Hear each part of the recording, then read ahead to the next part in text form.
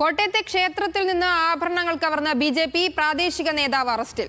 നീണ്ടൂർ സ്വദേശി സനൽ നമ്പൂതിരിപ്പാടാണ് അറസ്റ്റിലായത്. മുഴിക്കുളങ്ങര ഭഗവതി ക്ഷേത്രത്തിലെ സ്വർണ്ണമാലയും വെള്ളി അങ്കിയും വെള്ളിമാലയുമാണ് മോഷ്ടിച്ചത്.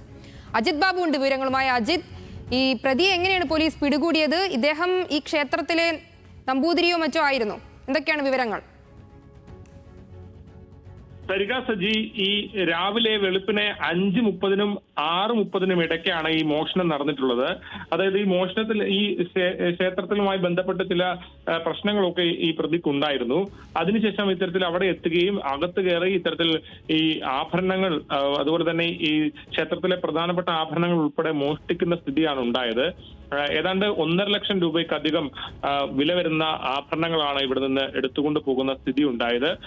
അതിൽ ഏറ്റവും പ്രധാനപ്പെട്ടത് ഈ ക്ഷേത്രവുമായി ബന്ധപ്പെട്ട പ്രധാനമായി മൂല്യമായി കരുതുന്ന ആഭരണങ്ങൾ ഉൾപ്പെടെയാണ് എടുത്തത് എന്നുള്ളതാണ് ഏറ്റവും വലിയ പ്രത്യേകത.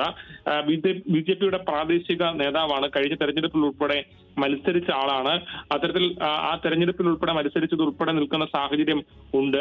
ആ ദൃശ്യങ്ങൾ ഉൾപ്പെടെ, ആ ചിത്രങ്ങൾ ഉൾപ്പെടെ ഇപ്പോൾ സാമൂഹ്യ മാധ്യമങ്ങളിൽ വലിയ രീതിയിൽ പ്രചരിക്കുന്ന പശ്ചാത്തലം ഉണ്ടായിരുന്നു. പോലീസ് ഇയാളെ അറസ്റ്റ് ചെയ്തു. മാത്രമല്ല, പ്രധാനപ്പെട്ട വകുപ്പുകൾ, ക്ഷേത്രത്തിൽ അതിക്രമിച്ച് കയറി മോഷ്ടിച്ചു എന്നുൾപ്പെടെയുള്ള പ്രധാനപ്പെട്ട വകുപ്പുകൾ ചുമത്തി ആണ് കേസെടുത്തിരിക്കുന്നത്. ഏതാണെങ്കിലും ഈ സംഭവവുമായി ബന്ധപ്പെട്ട് വിശദമായ അന്വേഷണമാണ് പോലീസ് നടത്തുന്നത്. കോട്ടയത്ത് നിന്ന് അജിത് ബാബു ആണ് വിശദാംശങ്ങൾ നൽകിയത്.